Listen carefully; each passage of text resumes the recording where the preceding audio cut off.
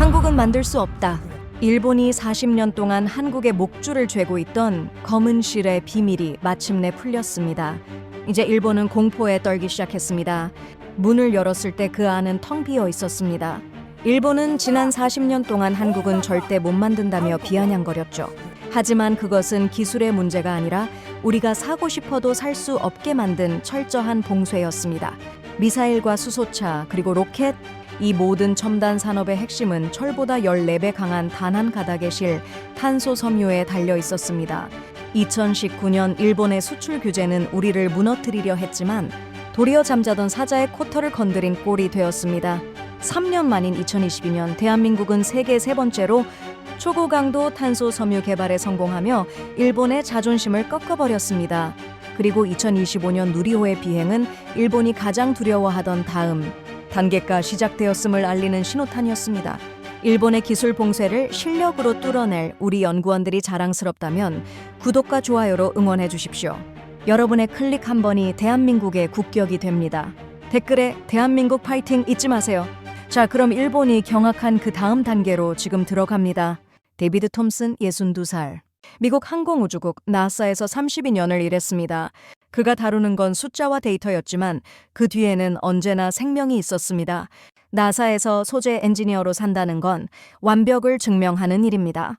한 번의 실수가 7명의 장례식이 될 수 있습니다. 챌린저호, 컬럼비아호. 그는 그 이름들을 잊은 적이 없습니다. 그래서 그는 새로운 소재를 쉽게 믿지 않았습니다. 검증에는 시간이 필요했고 데이터가 필요했고 반복이 필요했습니다. 한 번 성공은 운일 수 있습니다. 100번 성공이 실력입니다. 탄소 섬유. 그가 20년 넘게 지켜본 재료입니다. 검고 가늘고 조용하지만 철보다 강합니다. 무게는 알루미늄의 절반, 강도는 철의 10배. 우주로 가는 모든 것은 가벼워야 합니다. 1kg을 줄이면 탑재체를 늘릴 수 있습니다. 하지만 이 재료는 아무나 만들 수 없었습니다. 온도, 속도, 압력, 5도 차이로 한 배치가 통째로 폐기됩니다. 같은 장비를 줘도 못 만드는 이유가 여기 있었습니다. 일본의 한 기업이 50년 동안 그 자리를 지켰습니다. T300급에서 시작해 T700, T800, T청읍까지 10년마다 한 단계씩 올라가는 계단을 만들었습니다.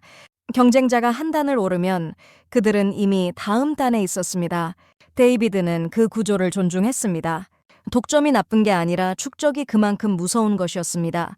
시간은 돈으로 살 수 없습니다. 실패의 기록은 더더욱 살 수 없습니다. 그런 그가 한국을 처음 본 건 2006년이었습니다. 전시회에서 만난 한국 기업 담당자는 공손했고 정확했고 빨랐습니다. 납기 맞춥니다. 품질 보증합니다. 그 말은 지켜졌습니다. 하지만 데이비드의 머릿속에서 한국은 여전히 조립의 나라였습니다. 부품을 받아서 잘 맞추고 빠르게 내보내는 곳, 그게 나쁜 건 아니었습니다. 세상엔 그런 역할도 필요했으니까요. 다만 최상급 소재는 다른 문제였습니다. 항공, 우주, 방산. 이 영역에서는 공급자가 왕이었습니다. 납기도 가격도 최소 주문량도 공급자가 정했습니다. 사고 싶어도 못 사는 구조가 존재했습니다. 2019년 여름, 일본이 한국으로 가는 수출을 규제했다는 소식이 들렸습니다. 데이비드는 그때 생각했습니다. 한국은 다른 공급처를 찾겠지. 기업은 보통 그렇게 움직입니다. 대안을 찾고 협상하고 조건을 맞춥니다. 시간이 걸려도 결국은 해결됩니다. 그런데 한국은 이상한 결정을 했습니다. 직접 만들겠다. 데이비드는 그 말을 듣고 고개를 저었습니다. 무모하다고 생각했습니다. 탄소 섬유 최상급은 결심으로 되는 게 아니었으니까요. 돈을 쏟아부어도 시간이 필요했습니다. 실패를 견디는 인내가 필요했습니다. 그리고 무엇보다 축적이 필요했습니다. 한국이 그 벽에 부딪힐 때 어떤 표정으로 멈출지 데이비드는 예측하고 있었습니다. 그런데 말입니다. 2022년 10월 한국에서 뉴스가 하나 나왔습니다. 초고강도 탄소 섬유 개발 성공, 세계 세 번째. 데이비드는 그 문장을 보고도 확인했습니다. 이런 영역에서 성공이란 단어는 대개 과장으로 소비되기 때문입니다. 하지만 자료를 읽을수록 그의 표정이 굳어졌습니다.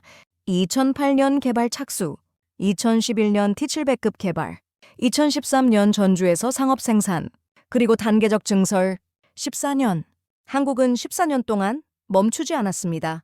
데이비드는 그날 밤 오래 생각했습니다. 개발은 개발이고 실제 적용은 다른 문제였습니다. 특히 항공, 우주는 인증이 지옥이었습니다. 새 소재를 승인받는데 5년에서 10년이 걸렸습니다. 그래도 결국 그 벽에 막히겠지. 데이비드는 그렇게 믿고 싶었는지도 모릅니다.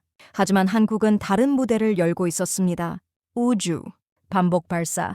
그곳에서는 변명 대신 결과가 남습니다. 과연 그 결과가 진짜일까요? 데이비드는 결심했습니다. 직접 가보겠다고. 천주로. 2023년 봄, 데이비드는 인천공항에 내렸습니다. 서울을 거쳐 전주로 가는 길. 창밖으로 펼쳐진 풍경은 그가 상상했던 것과 달랐습니다. 고속도로는 깔끔했고 건물은 반듯했습니다. 하지만 데이비드가 찾는 건 풍경이 아니었습니다. 공정이었습니다. 전주산업단지. 회색 건물 몇 동이 나란히 서 있었습니다. 효성 첨단 소재라는 간판이 보였습니다. 데이비드는 차에서 내렸습니다. 로비에서 그를 맞은 건 50대 후반으로 보이는 남성이었습니다. 박진수, 60살. 생산기술팀 수석연구원이라고 했습니다. 먼 길 오시느라 고생 많으셨습니다. 안으로 들어가시죠. 데이비드는 그의 손을 봤습니다. 굳은 살이 박혀 있었습니다. 연구원이라기보다 현장 기술자의 손이었습니다. 복도를 지나 공장 라인 앞에 섰을 때 데이비드는 멈췄습니다. 검은 실가닥이 거대한 기계 사이를 지나가고 있었습니다. 탄소 섬유. 소리는 없었습니다. 기계는 조용히 돌았고 실은 감겼습니다. 하지만 데이비드의 귀에는 다른 소리가 들렸습니다. 긴장의 소리. 이 라인은 언제부터 가동했습니까? 2013년입니다. 거의 10년 됐네요. 초기 수율은 어땠습니까? 박진수는 잠시 말을 멈췄습니다. 그리고 천천히 대답했습니다. 처음엔 폐기가 3배치 중 2배치였습니다. 데이비드는 고개를 끄덕였습니다. 그 숫자는 거짓말이 아니었습니다. 탄소 섬유 공정에서 초기 실패율 60% 이상은 정상이었습니다. 문제는 그 다음이었습니다. 지금은요? 한 자릿수로 떨어졌습니다. 7% 정도 됩니다. 데이비드는 메모장을 꺼냈습니다. 그리고 작게 별표를 그렸습니다. 60에서 7로 10년? 이게 진짜 이야기다. 그는 질문을 이어갔습니다. 편차 관리는 어떻게 합니까? 박진수는 라인 옆 모니터를 가리켰습니다. 온도, 속도, 압력. 숫자들이 실시간으로 움직이고 있었습니다. 온도는 섭씨 5도 이내로 관리합니다. 속도는 분당 1m 단위로 조정하고요. 1m요? 네. 그보다 크면 편차가 생깁니다. 데이비드는 숨을 멈췄습니다. 1m요. 이건 장비가 아니라 감각의 영역이었습니다. 매뉴얼에 쓸 수 없는 구간. 수만 번 반복해야 몸으로 아는 구간. 그는 박진수를 다시 봤습니다. 굳은 살 박힌 손, 50대 후반의 얼굴, 그리고 조용한 눈빛. 이 사람은 10년 동안 이 라인 앞에 서 있었구나. 강도 테스트 결과를 볼 수 있습니까? 박진수는 회의실로 안내했습니다. 테이블 위에 자료가 놓였습니다. 데이비드는 천천히 페이지를 넘겼습니다. 인장 강도 6.4 기가파스칼, 탄성 계율 290 기가파스칼, T1000급. 숫자는 거짓말하지 않았습니다. 하지만 데이비드가 더 주목한 건 다른 부분이었습니다. 편차. 100번 테스트. 100번 모두 6.2에서 6.5 사이. 편차 5.1. 데이비드는 숨을 깊이 들이쉬었습니다. 나사에서 그가 가장 많이 들었던 문장이 떠올랐습니다. 100번 만들어도 같은 강도. 그게 신뢰다. 이 데이터는 언제부터 나온 겁니까? 2022년 10월 이후입니다. 그전까지는 편차가 더 컸습니다. 2022년 10월. 한국이 초고강도 탄소 섬유 개발 성공을 발표한 시점. 데이비드는 고개를 들었습니다. 박진수는 여전히 조용한 표정이었습니다. 자랑하지 않았습니다. 과장하지 않았습니다. 그저 숫자를 보여줬을 뿐입니다. 박 연구원님, 하나만 더 묻겠습니다. 네, 말씀하세요. 왜 이 일을 시작했습니까? 14년 전 아무도 성공을 확신할 수 없었을 때 박진수는 잠시 창밖을 봤습니다. 공장 굴뚝에서 하얀 수증기가 올라가고 있었습니다. 못 사면 만들어야 하니까요. 그 한 문장. 데이비드는 메모장의 별표 옆에 작게 적었습니다. 이건 기술이 아니라 태도다. 그날 저녁 데이비드는 호텔방에서 자료를 다시 펼쳤습니다. 수율, 강도, 편차. 숫자들이 그에게 말하고 있었습니다. 한국은 단순히 소재를 만든 게 아니었습니다.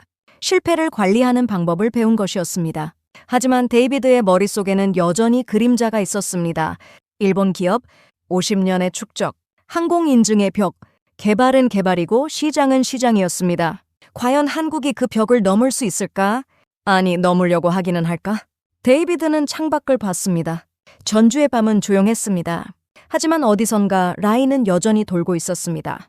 데이비드는 한국에서 일주일을 더 머물렀습니다. 전주 공장뿐 아니라 서울의 연구소도 방문했습니다.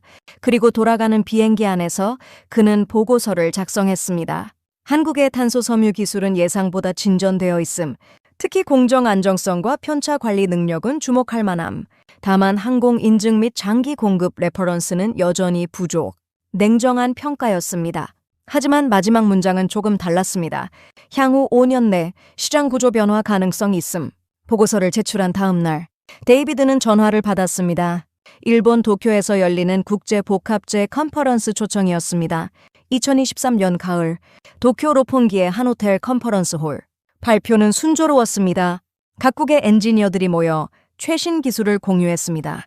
데이비드도 나사의 신규 프로젝트에 대해 간략히 소개했습니다. 휴식 시간, 로비에서 커피를 마시는데 누군가 다가왔습니다. 사토 켄지 65세, 일본의 대형 탄소 섬유 기업 기술 고문이었습니다. 이 톰슨 박사님 오랜만입니다. 사토 씨, 잘 지내셨습니까? 두 사람은 오래 알고 지낸 사이였습니다. 기술적으로는 경쟁자였지만 개인적으로는 존중했습니다. 최근에 한국 쪽을 다녀오셨다고 들었습니다. 데이비드는 고개를 끄덕였습니다. 전주 공장을 방문했습니다. 사토는 잠시 웃었습니다. 하지만 그 웃음은 조소가 아니었습니다. 오히려 안타까움에 가까웠습니다. 어떻던가요? 인상적이었습니다. 공정 관리 수준이 높았습니다. 사토는 커피를 한 모금 마셨습니다. 톰슨 박사님, 저도 한국 사람들을 존중합니다. 정말입니다. 알고 있습니다. 하지만 현실을 말씀드려야 할 것 같네요. 사토는 목소리를 낮췄습니다. 탄소 섬유는 만드는 게 끝이 아닙니다. 쓰이는 게 중요하죠. 맞습니다. 항공시장을 보십시오. 보잉, 이어버스. 그들이 새 소재를 승인하는데 얼마나 걸립니까? 데이비드는 대답하지 않았습니다. 그 숫자를 너무 잘 알고 있었기 때문입니다. 최소 5년, 길면 10년입니다. 그리고 그 과정에서 수만 번의 테스트가 필요합니다. 사토는 창밖을 봤습니다. 우리는 이미 2014년에 보잉과 장기 계약을 맺었습니다. 그 707 동체, 787 날개, 전부 우리 소재입니다. 알고 있습니다. 그럼 한국은 어디로 갑니까? 항공으로 들어오려면 같은 과정을 다시 밟아야 합니다. 5년, 10년. 그동안 우리는 다음 등급으로 올라가 있을 겁니다. 데이비드는 잠시 침묵했습니다. 사토의 말은 틀리지 않았습니다. 이건 조롱이 아니라 구조의 설명이었습니다. 그럼 한국은 결국 어디에 쓰겠습니까? 수소 탱크, 스포츠 용품. 사토는 고개를 저었습니다. 나쁜 시장은 아닙니다. 하지만 최상급 소재로 거기 머무르는 건 아깝죠. 그 순간 데이비드는 사토의 눈빛을 읽었습니다. 동정이었습니다. 악의가 아니라 진심 어린 안타까움. 한국은 잘합니다. 정말 잘합니다. 하지만 시간을 살 수는 없습니다. 데이비드는 커피잔을 내려놓았습니다. 사토 씨, 질문 하나만 하겠습니다. 네, 말씀하세요. 만약 한국이 항공이 아니라 다른 곳으로 간다면요? 사토는 미소 지었습니다. 다른 곳이라면 어디죠? 우주입니다. 그 사토의 미소가 잠시 멈췄습니다. 우주요? 네, 발사체 시장 말입니다. 사토는 잠시 생각하더니 고개를 끄덕였습니다. 가능은 하겠죠. 하지만 우주는 더 잔인합니다. 실패하면 모든 게 불타버리니까요. 맞습니다. 그리고 우주 시장은 아직 작습니다. 스페이스X, 블루 오리진, 아리안, 이미 공급선이 있습니다. 데이비드는 대답하지 않았습니다. 하지만 머릿속에서는 다른 생각이 돌고 있었습니다. 작은 시장이라도 반복 성공하면 신뢰가 된다. 컨퍼런스가 끝나고 저녁 만찬 자리, 각국의 엔지니어들이 모였습니다. 술잔이 오갔고 대화가 이어졌습니다. 독일 쪽 엔지니어가 물었습니다. 톰슨 박사, 한국 공장은 어떻던가요? 소문이 많던데. 좋았습니다. 공정이 안정적이었습니다. 프랑스 쪽 연구원이 끼어들었습니다. 하지만 결국 레퍼런스가 문제 아닙니까? 에어버스는 당분간 바꿀 생각이 없을 겁니다. 그렇겠죠. 사토가 조용히 말했습니다. 한국은 좋은 선택을 해야 합니다. 무리하게 항공으로 가면 시간만 낭비할 겁니다. 데이비드는 그 말을 듣고 전주 공장의 박진수를 떠올렸습니다. 굳은 살 박힌 손, 조용한 눈빛. 못 사면 만들어야 하니까요. 그 문장이 다시 들렸습니다. 데이비드는 술잔을 들었습니다. 사토 씨, 한 가지는 확실합니다. 뭡니까? 한국은 이미 선택지를 만들었습니다. 그것만으로도 시장은 달라집니다. 사토는 잠시 말이 없었습니다. 그리고 천천히 고개를 끄덕였습니다. 맞습니다. 선택지가 생기면 협상이 바뀌죠. 그날 밤, 데이비드는 호텔 방으로 돌아와 노트북을 켰습니다. 한국 뉴스를 검색했습니다. 누리호 3차 발사 성공, 실용위성 정상 궤도 진입. 기사는 2023년 5월 것이었습니다. 데이비드는 천천히 기사를 읽었습니다. 1차 발사 목표 미달, 2차 발사 성공, 3차 발사 성공, 2번 연속. 데이비드는 메모장을 꺼냈습니다. 이 장 앞에서 그렸던 별표, 그 옆에 작게 적었습니다. 2번은 운일 수 있다. 3번부터 실력이다. 그리고 그는 생각했습니다. 한국은 지금 무엇을 증명하려는 걸까? 항공 인증의 벽을 우회하는 건가? 아니면 아예 다른 게임을 하는 건가? 창밖으로 도쿄의 불빛이 보였습니다. 화려했습니다. 하지만 데이비드의 머릿속은 전주의 조용한 공장으로 돌아가 있었습니다. 라인은 지금도 돌고 있을 것입니다. 소리 없이, 멈추지 않고. 2024년 봄, 데이비드는 미국으로 돌아온 뒤 일상으로 복귀했습니다. 나사의 프로젝트는 여전히 바빴고 보고서는 쌓여갔습니다. 하지만 그의 검색 기록에는 변화가 있었습니다. 한국 누리호, 탄소 섬유 수출 통계, 우주 발사체 시장 전망. 그는 자신도 모르게 한국의 소식을 찾고 있었습니다. 그해 여름, 한 통의 이메일이 도착했습니다. 발신자는 박진수였습니다. 톰슨 박사님, 그동안 안녕하셨습니까? 좋은 소식이 있어 연락드립니다. 저희 소재가 국내 우주 프로젝트에 정식 채택되었습니다. 기회가 되시면 다시 한번 방문해 주시면 감사하겠습니다. 데이비드는 회신을 보냈습니다. 축하한다고, 그리고 시간이 되면 꼭 가겠다고. 하지만 그의 마음 한구석에는 여전히 의문이 남아 있었습니다. 채택과 성공은 다른 문제였습니다. 우주는 변명을 받아주지 않았습니다. 그해 가을, 데이비드는 다시 도쿄 컨퍼런스에 참석했습니다. 이번에도 사토를 만났습니다. 로비에서 악수를 나누며 사토가 물었습니다. 한국 소식 들으셨습니까? 네, 우주 프로젝트 채택됐다고 하더군요. 사토는 고개를 끄덕였습니다. 좋은 일이죠. 하지만 채택과 성공은 다릅니다. 알고 있습니다. 우주는 실패하면 모든 게 끝입니다. 수백억 원이 한순간에 불타버립니다. 데이비드는 대답하지 않았습니다. 사토는 목소리를 낮췄습니다. 솔직히 말씀드리면 저는 한국이 걱정됩니다. 왜죠? 너무 빨리 가고 있습니다. 14년 만에 티천급까지 왔다는 건 대단한 일입니다. 하지만 우주는 다릅니다. 거기선 한 번의 실수가 10년을 무너뜨립니다. 데이비드는 사토의 눈을 봤습니다. 진심이었습니다. 조롱이 아니라 걱정. 만약 한국이 실패하면 시장의 신뢰를 잃습니다. 그럼 다시 수소탱크로 돌아가야 할 겁니다. 데이비드는 잠시 생각했습니다. 그리고 조용히 말했습니다. 사토 씨, 한 가지만 말씀드리죠.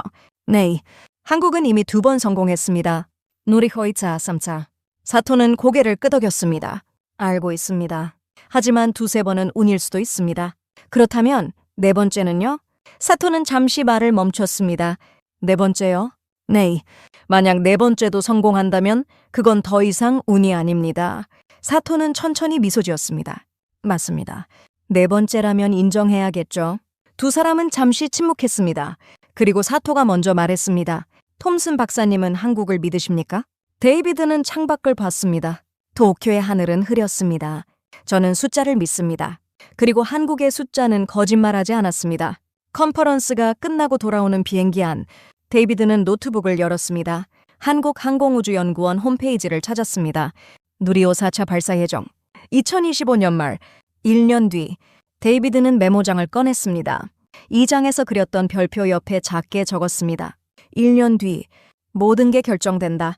2025년은 빠르게 지나갔습니다. 데이비드는 나사의 프로젝트에 몰두했습니다. 하지만 그의 캘린더에는 하나의 날짜가 표시되어 있었습니다. 2025년 10일 월말. 그날 아침, 데이비드는 일찍 일어났습니다.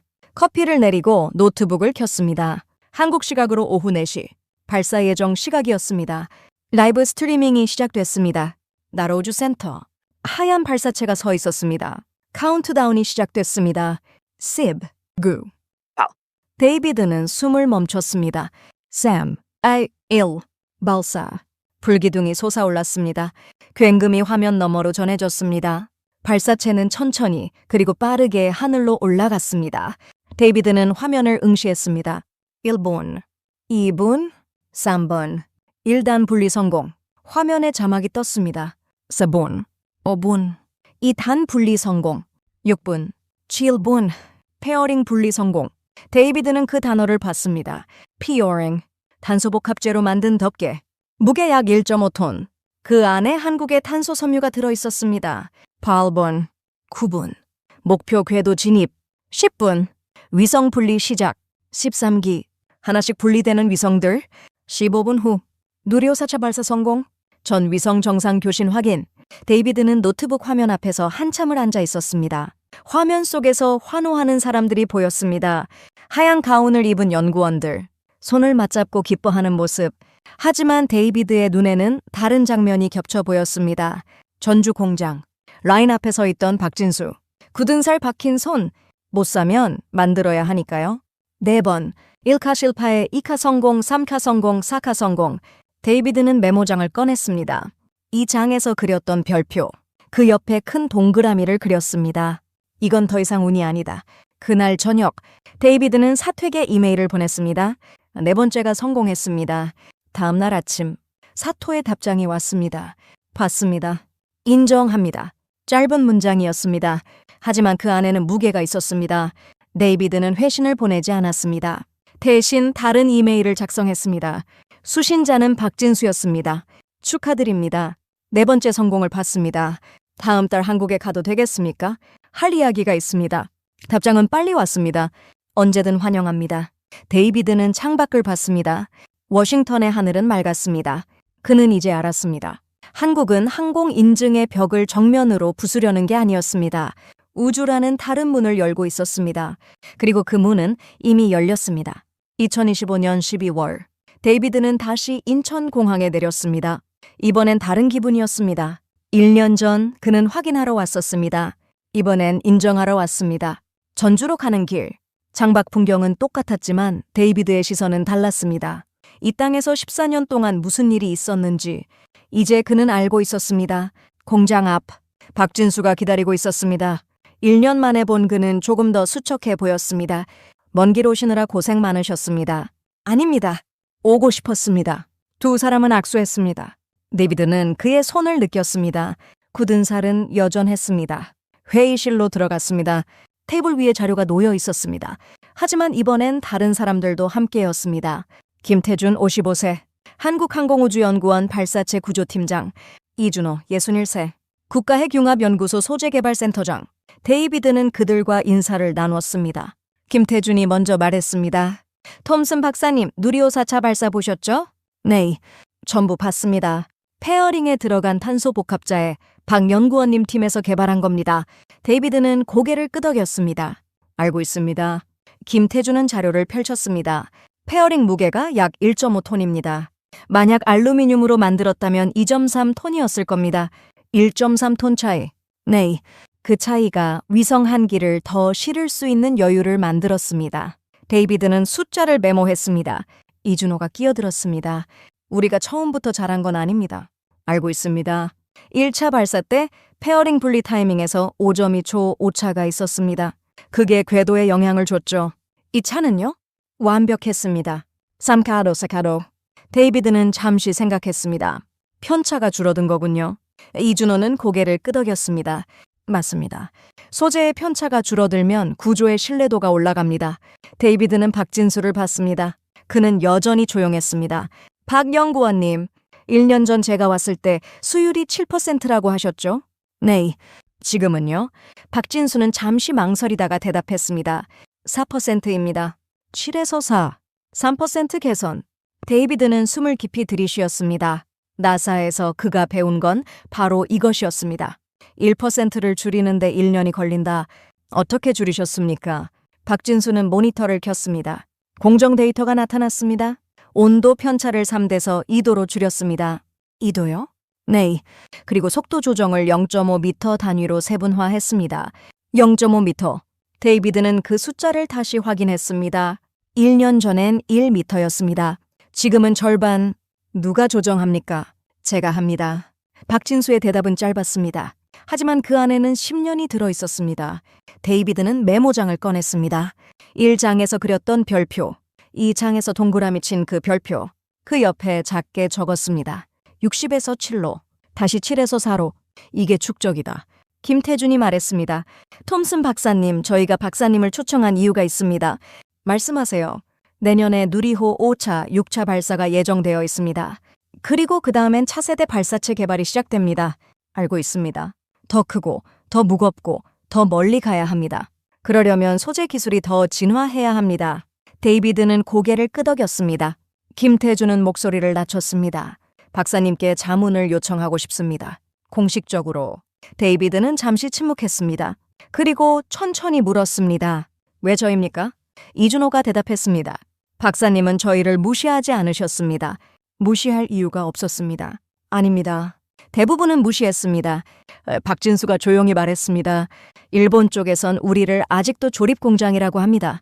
데이비드는 대답하지 않았습니다. 사토의 얼굴이 떠올랐습니다. 그는 악인이 아니었습니다.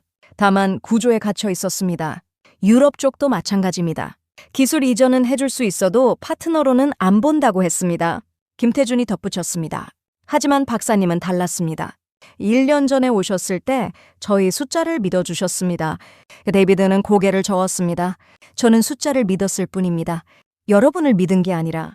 박진수가 미소 지었습니다. 그걸로 충분합니다. 데이비드는 창밖을 봤습니다. 공장 라인이 보였습니다. 검은 실가닥이 조용히 움직이고 있었습니다. 제가 자문을 맡으면 뭘 해야 합니까? 김태준이 대답했습니다. 차세대 발사체는 더 큰 페어링이 필요합니다. 지금보다 200은 그럼 무게도 늘어납니다. T1000급으로도 부족하다는 건가요? 네. 더 높은 등급이 필요합니다.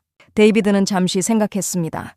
T1000급 이상, T1500, T1800, 그 영역은 아직 일본도 상업화하지 못한 구간이었습니다. 시간이 얼마나 걸릴까요? 이준호가 대답했습니다. 5년 잡고 있습니다. 5년. 네. 길다는 거 압니다. 하지만 저희는 이미 14년을 버텼습니다. 데이비드는 고개를 끄덕였습니다. 알겠습니다. 제안 받아들이겠습니다.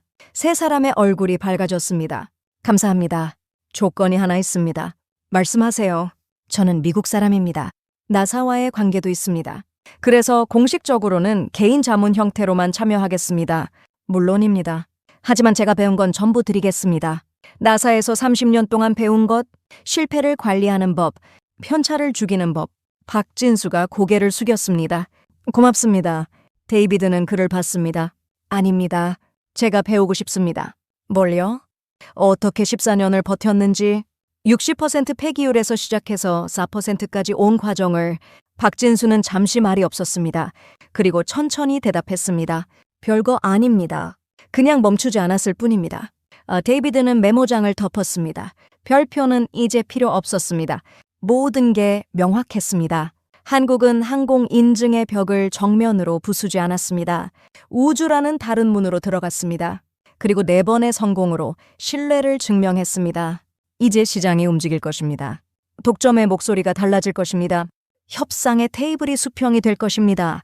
그리고 그 변화의 중심에 전주의 조용한 공장이 있었습니다.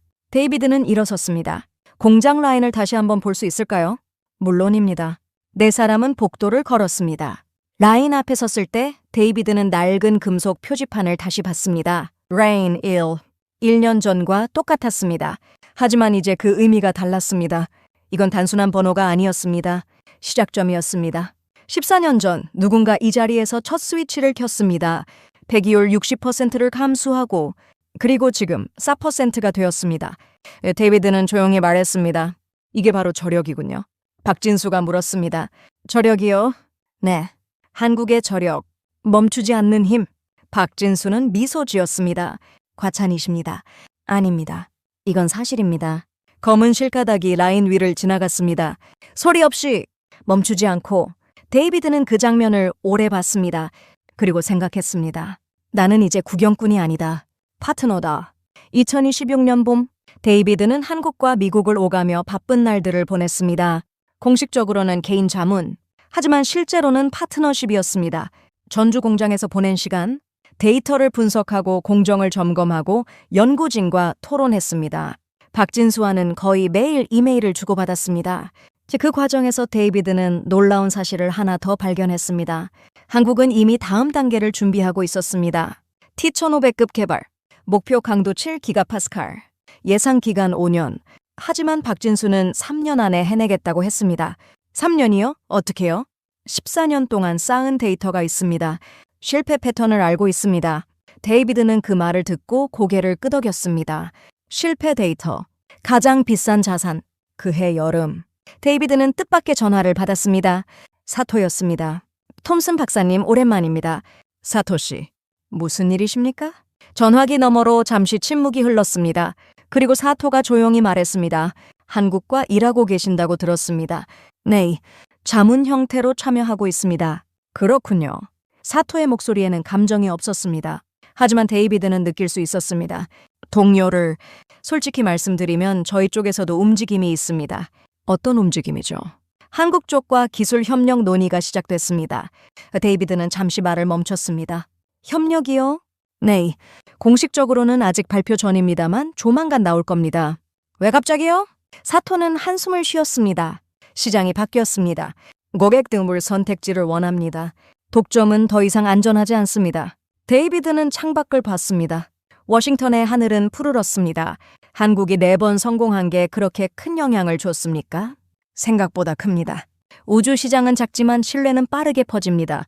사토는 잠시 말을 멈췄습니다. 그리고 솔직히 저희도 배우고 싶습니다. 뭐려? 어떻게 14년 만에 그 수준까지 왔는지. 데이비드는 미소 지었습니다. 사토 씨, 제가 배운 걸 하나 말씀드리죠. 네, 한국은 기술을 산 게 아닙니다. 시간을 샀습니다. 14년이라는 시간을. 전화기 너머로 긴 침묵이 흘렀습니다. 맞습니다. 저희가 놓친 게 그거였습니다. 전화는 그렇게 끝났습니다. 그해 가을, 국제우주 컨퍼런스가 파리에서 열렸습니다. 데이비드도 참석했고 한국 연구진도 왔습니다. 김태준이 발표를 맡았습니다. 제목은 반복 발사 성공을 통한 탄소 복합자의 신뢰성 검증이었습니다. 발표장은 가득 찼습니다. 각국의 우주기관, 민간기업, 학계 인사들, 김태준은 차분하게 데이터를 제시했습니다. 1차 발사부터 4차까지의 페어링 성능 분석, 온도 편차, 무게 편차, 분리 정확도, 숫자는 명확했습니다. 편차는 점점 줄었고 신뢰도는 올라갔습니다. 발표가 끝나고 질의응답 시간, 프랑스 우주국 관계자가 손을 들었습니다. 한국의 발사 성공률이 인상적입니다. 하지만 상업 공급은 별개 아닙니까? 김태준은 고개를 끄덕였습니다. 맞습니다. 그래서 저희는 지금 상업 인증을 준비하고 있습니다.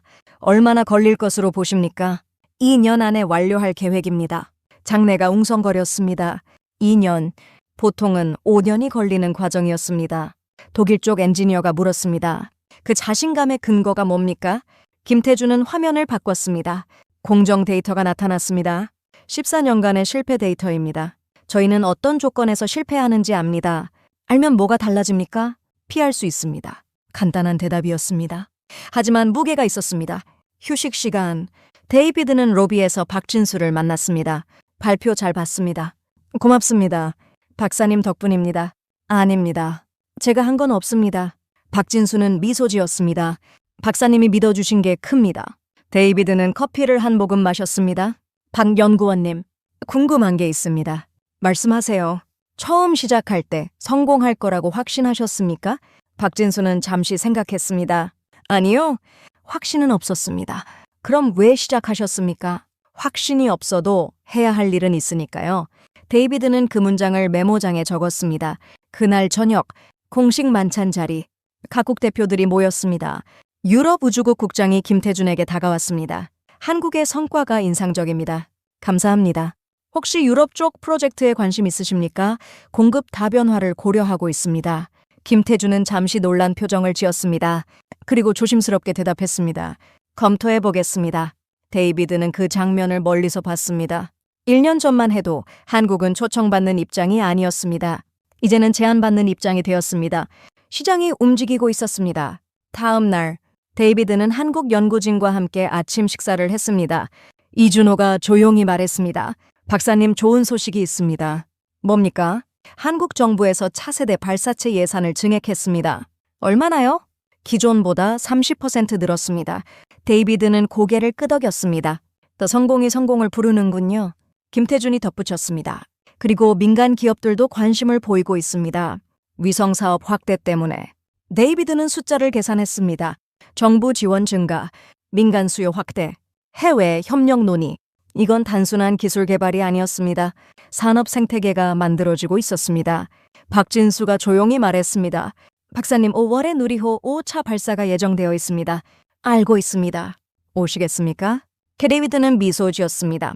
초대해 주시면 가겠습니다. 공식 초청장 보내드리겠습니다. 그날 오후 데이비드는 호텔 방으로 돌아와 노트북을 켰습니다.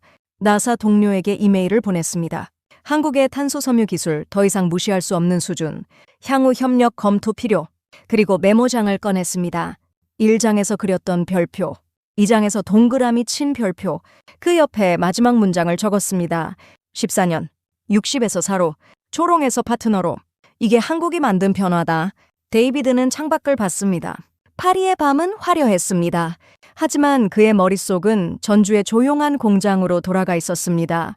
Rain 1, 검은 실가닥, 멈추지 않는 기계, 그리고 14년을 버틴 사람들.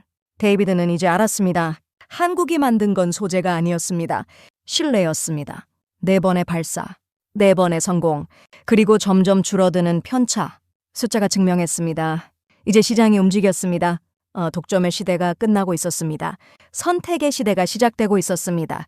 그리고 그 변화의 중심에 한국이 있었습니다. 2026년 5월, 데이비드는 다시 한국으로 향했습니다. 이번엔 공식 초청이었습니다. 나로우주 센터, 누리호 5차 발사 현장, 공항에서 나로까지 가는 길. 데이비드는 창밖을 봤습니다. 3년 전 처음 왔을 때와는 다른 풍경이었습니다. 아니, 풍경은 같았지만 그의 시선이 달랐습니다. 발사 전날 밤, 연구진과 함께 저녁 식사를 했습니다. 박진수, 김태준, 이준호. 그리고 처음 보는 젊은 연구원들도 함께였습니다.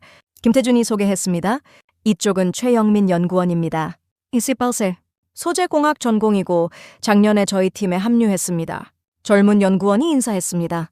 톰슨 박사님 뵙게 되어 영광입니다. 데이비드는 악수했습니다. 반갑습니다. 최영민이 조심스럽게 물었습니다. 박사님, 질문 하나 해도 될까요? 물론입니다. 나사에서 30년 넘게 일하시면서 가장 중요하게 배운 게 뭡니까? 데이비드는 잠시 생각했습니다. 실패를 기록하는 법입니다. 실패를요? 네. 성공은 기억하기 쉽습니다. 하지만 실패는 기록하지 않으면 사라집니다. 박진수가 고개를 끄덕였습니다. 맞습니다. 저희도 처음 3년은 기록만 했습니다. 데이비드는 그를 봤습니다. 박 연구원님, 그때 기록이 아직 남아 있습니까? 네, 전부 보관하고 있습니다. 볼 수 있을까요? 박진수는 잠시 망설였습니다. 부끄러운 기록입니다만 보여드리겠습니다. 저녁 식사 후 박진수는 데이비드를 작은 사무실로 안내했습니다. 낡은 서류 캐비닛이 있었습니다. 박진수는 서랍을 열었습니다. 두꺼운 파일들이 빼곡히 들어 있었습니다. 2008년부터 2011년까지입니다. 데이비드는 파일 하나를 꺼냈습니다. 펼쳤습니다. 2005년 3월 15일, 배치 23, 실패, 온도 편차 8도, 원인 분석 히터 센서 오작동. 2005년 4월 2일, 배치 25, 실패, 속도 불균형, 원인 분석 모터 베어링 마모. 페이지마다 실패가 기록되어 있었습니다. 날짜, 배치 번호, 실패 원인, 대책. 데이비드는 천천히 페이지를 넘겼습니다. 2008년, 2009년, 2010년 실패율이 점점 줄어드는 게 보였습니다. 60%, 55%, 45%. 그리고 2011년 말 30%. 데이비드는 숨을 깊이 들이쉬었습니다. 이게 전부 박 연구원님이 쓰신 겁니까? 박진수는 고개를 끄덕였습니다. 처음 3년은 제가 전부 기록했습니다. 그 다음부터는 팀원들이 함께했고요. 데이비드는 파일을 덮었습니다. 그리고 박진수를 똑바로 봤습니다. 박 연구원님, 제가 궁금했던 게 하나 있습니다. 말씀하세요. 왜 이 일을 계속하셨습니까? 3년 동안 성공률이 40%도 안 됐을 때. 박진수는 창밖을 봤습니다. 어둠 속에서 발사대의 불빛이 희미하게 보였습니다. 포기하면 영영 못 사니까요. 그게 다입니까? 박진수는 잠시 침묵했습니다. 그리고 천천히 대답했습니다. 제 아들이 대학생일 때 물었습니다. 아버지는 왜 그 일을 하느냐고. 데이비드는 귀를 기울였습니다. 저는 대답했습니다. 우리가 만들지 않으면 우리 세대는 영원히 사는 쪽이 될 거라고. 아드님은 뭐라고 하셨습니까? 웃었습니다. 그리고 말했죠. 그럼 아버지 세대가 만들어주세요. 저희는 쓸 테니까. 박진수의 목소리가 잠시 떨렸습니다. 그 말이 저를 버티게 했습니다. 데이비드는 아무 말도 하지 않았습니다. 그저 들었습니다. 14년이 지났습니다. 아들은 이제 35입니다. 결혼했고 아이도 생겼습니다. 축하드립니다. 작년에 손주가 태어났을 때 아들이 말했습니다. 아버지, 우리 애는 우주시대에 살겠네요. 박진수는 미소 지었습니다. 그 말을 들으니 14년이 아깝지 않았습니다. 데이비드는 고개를 숙였습니다. 그리고 조용히 말했습니다. 박 연구원님, 제가 나사에서 30년 일하면서 만난 사람 중에 박 연구원님이 가장 훌륭한 엔지니어입니다. 박진수는 고개를 저었습니다. 과찬이십니다. 아닙니다. 진심입니다. 데이비드는 파일을 다시 봤습니다. 이 기록들이 한국의 진짜 자산입니다. 장비가 아니라 고맙습니다. 제가 1장에서 별표를 그렸던 이유가 이거였습니다. 데이비드는 메모장을 꺼냈습니다. 별표가 그려진 페이지. 수율이 내려온 과정이 진짜 이야기다. 제가 그때 적은 문장입니다. 박진수는 메모장을 봤습니다. 지금도 그렇게 생각하십니까? 네. 지금은 더 확신합니다. 데이비드는 별표 옆에 마지막 문장을 적었습니다. 14년의 기록. 이게 한국이 세운 성벽이다. 다음 날 아침, 발사 당일. 데이비드는 VIP 관람석에 앉았습니다. 옆에는 박진수, 김태준, 이준호가 함께였습니다. 카운트다운이 시작됐습니다. SIB, GOO, PAL. 데이비드는 발사대를 봤습니다. 하얀 발사체, 그 안에 페어링 안에 탄소복합제, 탄소복합제 안에 14년의 기록, SAM, I-1, 발사. 불기둥이 솟았습니다. 굉음이 대지를 흔들었습니다. 발사체는 천천히 그리고 빠르게 하늘로 올라갔습니다. 데이비드는 옆을 봤습니다. 박진수는 하늘을 올려다보고 있었습니다. 그의 눈가가 젖어 있었습니다. 10분 후, 누리호 5차 발사 성공. 전 위성 정상 궤도 진입. 환호가 터졌습니다. 사람들이 서로 껴안았습니다. 데이비드는 박진수에게 손을 내밀었습니다. 축하드립니다. 박진수는 그 손을 잡았습니다. 굳은 살 박힌 손. 14년을 버틴 손. 고맙습니다. 박사님이 없었으면 데이비드는 고개를 저었습니다. 아닙니다. 제가 온 건 3년 전입니다. 박 연구원님은 14년 전부터 여기 계셨습니다. 그래도 저는 그저 지켜봤을 뿐입니다.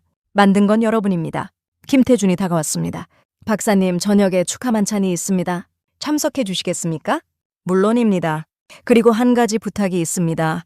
말씀하세요. 짧은 축사 부탁드려도 될까요? 데이비드는 잠시 생각했습니다. 그리고 고개를 끄덕였습니다. 영광입니다.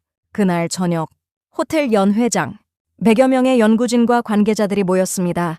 데이비드는 단상에 올랐습니다. 마이크 앞에 섰습니다. 조용해졌습니다. 저는 미국 사람입니다. 한국어를 못합니다. 양해 부탁드립니다. 통역이 이어졌습니다. 3년 전, 저는 전주에 처음 왔습니다. 그때 저는 확인하러 왔습니다. 한국이 정말 만들 수 있는지. 하지만 지금 저는 배우러 옵니다.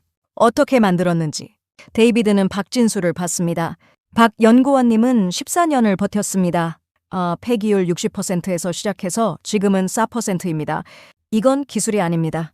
신념입니다. 나사에서 저는 배웠습니다. 우주는 변명을 받아주지 않는다고. 한국은 변명하지 않았습니다. 그냥 해냈습니다. 5번의 발사, 4번의 성공. 이제 전 세계가 압니다. 한국은 할 수 있다고. 데이비드는 잔을 들었습니다. 박 연구원님, 그리고 모든 연구진 여러분, 축하드립니다. 박수가 터졌습니다. 데이비드는 단상에서 내려왔습니다. 박진수가 다가와 악수했습니다. 고맙습니다. 제가 더 고맙습니다. 저에게 믿음을 가르쳐 주셔서. 믿음이요? 네. 숫자를 넘어선 믿음. 사람을 향한 믿음. 박진수는 미소 지었습니다. 그날 밤, 데이비드는 호텔 방으로 돌아와 메모장을 펼쳤습니다. 별표가 그려진 페이지. 그 옆에 마지막 문장들. 60에서 4로. 14년. 조롱에서 파트너로. 이게 한국이 만든 기적이다. 데이비드는 기적이라는 단어를 지웠습니다. 그리고 다시 썼습니다. 이게 한국이 만든 현실이다.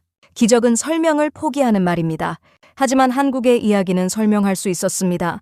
14년의 기록, 멈추지 않는 라인, 포기하지 않는 사람들, 그리고 무엇보다 다음 세대를 향한 믿음. 데이비드는 창밖을 봤습니다. 나로의 밤하늘에 별이 빛나고 있었습니다. 그 별 중 하나는 오늘 한국이 올린 위성일지도 모릅니다. 데이비드는 조용히 미소 지었습니다.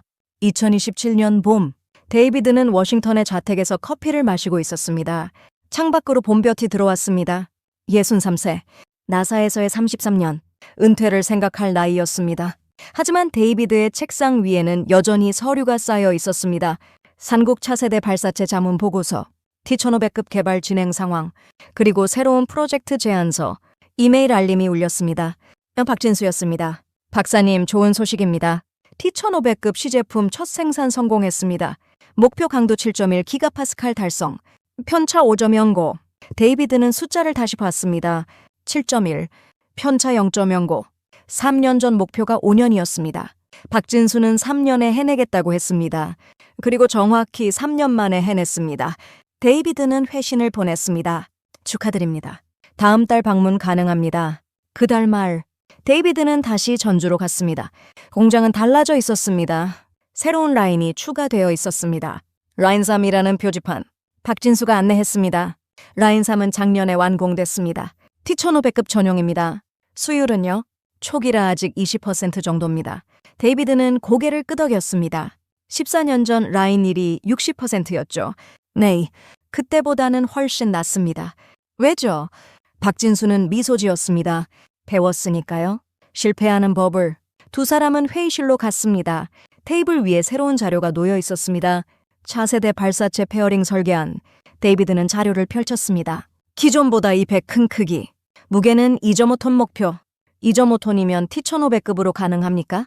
네, 계산상으로는 가능합니다. 언제 실증합니까? 2028년 시험 발사 예정입니다. 데이비드는 달력을 계산했습니다. 1년 반 후. 빠르군요. 서둘러야 합니다. 시장이 빠르게 움직이고 있습니다. 박진수는 다른 자료를 꺼냈습니다. 작년에 유럽 쪽과 공급 계약 체결했습니다. 축하드립니다. 그리고 일본 쪽과도 기술 교류 협정 맺었습니다. 데이비드는 잠시 놀란 표정을 지었습니다. 사토시와요? 네. 분기마다 한 번씩 만나서 정보 교환하고 있습니다. 그분은 어떻게 지내십니까? 박진수는 잠시 생각했습니다. 처음엔 어색했습니다. 하지만 지금은 동료 같습니다. 좋은 변화네요. 저희도 배울 게 많습니다. 50년 축적은 무시할 수 없으니까요. 데이비드는 고개를 끄덕였습니다. 그게 맞습니다. 경쟁만이 답은 아닙니다. 어후. 데이비드는 공장 투어를 했습니다. 레인 아일, 레인 아이, 레인 샘. 각각 다른 등급을 생산하고 있었습니다. 라인 1 앞에서 데이비드는 멈췄습니다. 낡은 금속 표지판. 4년 전 처음 봤던 그 표지판. 라인 1은 아직도 가동합니까? 네. T700급 생산하고 있습니다. 폐기율은요? 2%까지 떨어졌습니다. 데이비드는 숨을 깊이 들이쉬었습니다. 60에서 1호. 박 연구원님, 이 라인을 언제까지 돌리실 생각입니까? 박진수는 라인을 바라봤습니다. 제가 은퇴할 때까지는 돌릴 겁니다. 언제 은퇴하십니까? 3년 후쯤 생각하고 있습니다. 그럼 그때 라인 1은요? 박진수는 미소 지었습니다. 후배들에게 물려줄 겁니다. 그리고 말해줄 겁니다. 여기서 시작했다고. 데이비드는 고개를 끄덕였습니다. 저녁, 연구진과 함께 식사했습니다. 젊은 연구원들이 많았습니다. 20대, 30대, 새로운 세대. 최영민이 물었습니다. 박사님, 나사에서 가장 기억에 남는 순간이 언제입니까? 데이비드는 잠시 생각했습니다. 2011년입니다. 마지막 우주왕복선 발사. 왜 그 순간입니까? 끝이면서 시작이었으니까요. 한 시대가 끝나고 새 시대가 시작됐습니다. 최영민은 고개를 끄덕였습니다. 한국도 지금 그런 순간 아닐까요? 데이비드는 미소 지었습니다. 맞습니다. 여러분은 지금 새 시대를 만들고 있습니다. 두렵기도 합니다. 당연합니다. 새로운 건 항상 두렵습니다. 박진수가 끼어들었습니다. 하지만 두려워도 해야 합니다. 최영민이 물었습니다. 박 선배님은 처음 시작할 때 안 두려우셨습니까? 박진수는 잠시 침묵했습니다. 두려웠습니다. 매일. 그럼 어떻게 버티셨습니까? 멈추면 끝이니까요. 그래서 안 멈췄습니다. 젊은 연구원들은 조용히 들었습니다. 데이비드가 말했습니다. 제가 33년 일하면서 배운 게 하나 있습니다. 뭡니까? 완벽한 사람은 없습니다. 하지만 완벽을 향해 가는 팀은 있습니다. 데이비드는 박진수를 봤습니다. 박 연구원님이 만든 건 소재가 아닙니다. 팀입니다. 박진수는 고개를 저었습니다. 저 혼자 만든 게 아닙니다. 알고 있습니다. 하지만 시작은 혼자였습니다. 식사가 끝나고 데이비드와 박진수는 함께 공장 밖을 걸었습니다. 밤 공기가 차가웠습니다. 공장 불빛이 어둠을 밝히고 있었습니다. 박사님, 솔직히 여쭤봐도 됩니까? 물론입니다. 처음 오셨을 때 저희를 어떻게 보셨습니까? 데이비드는 잠시 생각했습니다. 솔직히 말하면 회의적이었습니다. 지금은요? 존경합니다. 박진수는 미소 지었습니다. 무엇이 바뀌었습니까? 제 생각이 바뀌었습니다. 데이비드는 하늘을 올려다봤습니다. 저는 항상 기술을 봤습니다. 하지만 여러분은 사람을 봤습니다. 사람이요? 네. 다음 세대, 손주 세대, 100년 후. 박진수는 고개를 끄덕였습니다. 그게 저희를 버티게 했습니다. 두 사람은 잠시 침묵했습니다. 데이비드가 먼저 말했습니다. 박 연구원님, 제가 한국에서 배운 게 하나 있습니다. 뭡니까? 시간은 돈으로 살 수 없다. 하지만 인내로는 살 수 있다. 박진수는 웃었습니다. 좋은 말입니다. 제가 미국 돌아가면 제 후배들에게 한국 이야기를 해주겠습니다. 부탁드립니다. 그리고 나사에 제안하겠습니다. 공식 협력 검토를. 박진수는 잠시 놀란 표정을 지었습니다. 정말입니까? 네. 여러분은 이미 증명했습니다. 5번 발사, 5번 성공. 사실 6차도 준비 중입니다. 알고 있습니다. 그리고 그 다음도 계속되겠죠. 박진수는 고개를 끄덕였습니다. 네. 멈출 생각 없습니다. 다음 날 아침, 데이비드는 공항으로 향했습니다. 차 안에서 박진수가 물었습니다. 언제 또 오시겠습니까? 내년 시험 발사 때 오겠습니다. 기다리겠습니다. 공항 게이트 앞에서 악수했습니다. 박 연구원님, 3년 후 은퇴하시면 뭐 하실 겁니까? 박진수는 잠시 생각했습니다. 손주 돌봐야죠. 그리고 후배들 가끔 찾아가서 커피나 마시려고요. 좋은 계획입니다. 박사님은요? 저도 비슷합니다. 하지만 한국은 계속 오겠습니다. 차문으로요? 아니요. 친구로. 박진수는 미소 지었습니다. 영광입니다. 비행기 안. 데이비드는 노트북을 열었습니다. 보고서를 작성하기 시작했습니다. 제목, 한국 탄소섬유 산업의 진화와 협력 가능성. 첫 문장을 썼습니다. 2008년부터 2027년까지 19년.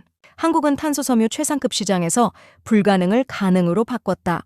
그리고 메모장을 꺼냈습니다. 4년 전 그렸던 별표. 그 옆에 마지막 문장을 적었습니다. 60에서 1호, 조롱에서 파트너로, 의심에서 존경으로.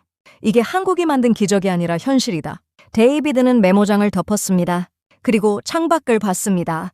태평양 상공. 구름 위로 햇빛이 쏟아지고 있었습니다. 데이비드는 생각했습니다. 한국이 가르쳐준 것. 멈추지 않는 힘. 포기하지 않는 신념. 다음 세대를 향한 책임. 그리고 무엇보다 숫자 너머의 사람. 나사에서 33년 일하면서도 배우지 못했던 것. 한국에서 4년 만에 배웠습니다. 이제 데이비드의 역할이 바뀌었습니다. 자문이 아니라 전달자. 한국의 이야기를 세계에 전하는 사람. 비행기는 계속 날았습니다. 하지만 데이비드의 마음은 이미 전주로 돌아가 있었습니다. 레이닐. 검은 실가닥. 그리고 19년을 버틴 사람들. 멈추지 않는 라인처럼.